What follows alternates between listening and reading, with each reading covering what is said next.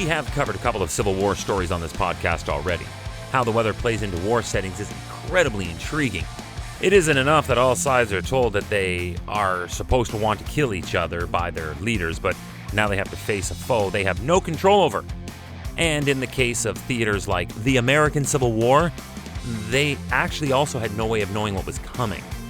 Hi, I'm Chris May, host of This Day in Weather History, a podcast from the Weather Network in Canada.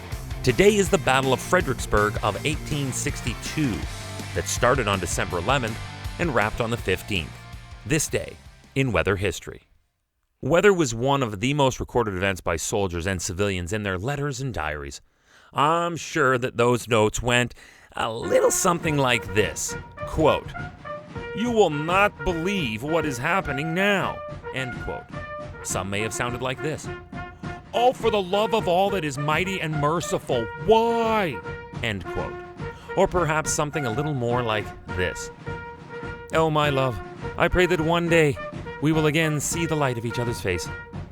And perhaps one day there will also be a way to be able to know ahead of time when the weather is about to get again."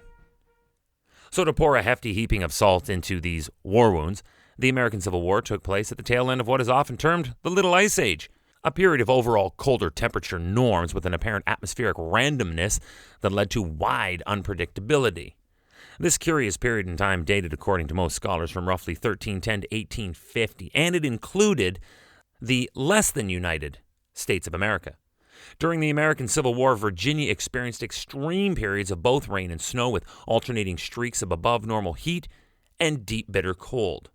So for a war to be fought in 1862, you know they had close to no way of protecting themselves from the elements. Soldiers were being transported to a new geographical region, and in the United States, we all know that there is a huge difference already depending on where you are. The weather in everyday life is already completely different between, say, Pennsylvania and Georgia, or perhaps between New Mexico and Tennessee. Plus, they had to live almost entirely outside, likely sleeping in some flimsy tent or probably completely exposed. For this reason, it was common for armies to stand down in the winter months, but today's episode of This Day in Weather History takes place on December 15th. So this would have been a notable exception to that rule. So the Battle of Fredericksburg is remembered as one of the most one-sided battles of this war, with the Union getting absolutely destroyed by the Rebs. This particular battle was fought between the Union Army of the Potomac, commanded by Major General Ambrose E. Burnside, and the Confederate Army of Northern Virginia under the famous General Robert E. Lee. Lee's troops were, as was normally the case in this war, woefully outnumbered. He had about 78,000 men to Burnside's 120,000. So Lee took a different approach, setting up a defense on the hills consisting not of the traditional trench strategy. This time he used a 7-mile line facing the Rappahannock River. He relied on the high ground and well-positioned artillery. So the scene was set. Now, cue the weather. The morning opened with a fog so thick that rebel cavalry commander J.E.B. Stuart and the always aggressive Stonewall Jackson suggested that the Confederates should use this advantage of poor visibility to launch a surprise attack under its cover. But General Lee stood fast to his plan, and he continued it as he drew it up. First, the Union guns erupted through this atmospheric silvery screen of low cloud cover, trying unsuccessfully to find the Confederates. But as the sun came out and an area of high pressure took over, the moisture in the atmosphere at the surface effectively dried up, and that is fog clearing up.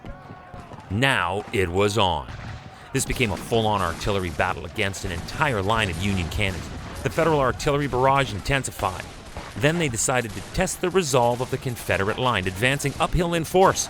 But these Rebs were sticking to their plan to wait until the Union soldiers were well in the open before unleashing their version of an artillery barrage. Well, when they did, the Feds kept trying to advance, but the Rebs on the hill kept beating them back again and again and again. As night fell, General Lee finally ordered his men to dig in. Oh, by the way, that means digging trenches to hold a position, and that is where the term digging in comes from. Federal casualties from the Battle of Fredericksburg were more than 12,000 men, while the Confederate casualties were closer to only 5,000. A month later, Major General Ambrose E. Burnside tried to gain back what he had lost, and that is what was referred to as the Mud March, thanks to the sopping wet of the rain and, at times, snow mix. So that again went nowhere. Yes, the weather. It can be both a help and a hindrance when planning a good military strategy, like the Battle of Fredericksburg, when it ended its campaign, this day in weather history. Tomorrow is December 16th, and this is when more than 24 tornadoes touched down in the year 2019 in parts of the American Deep South. For tornadoes to happen this late in the year is unusual to begin with, but to have one this extensive is altogether eye-opening. This is why we will hit it up on this day in weather history with me, your host, Chris May.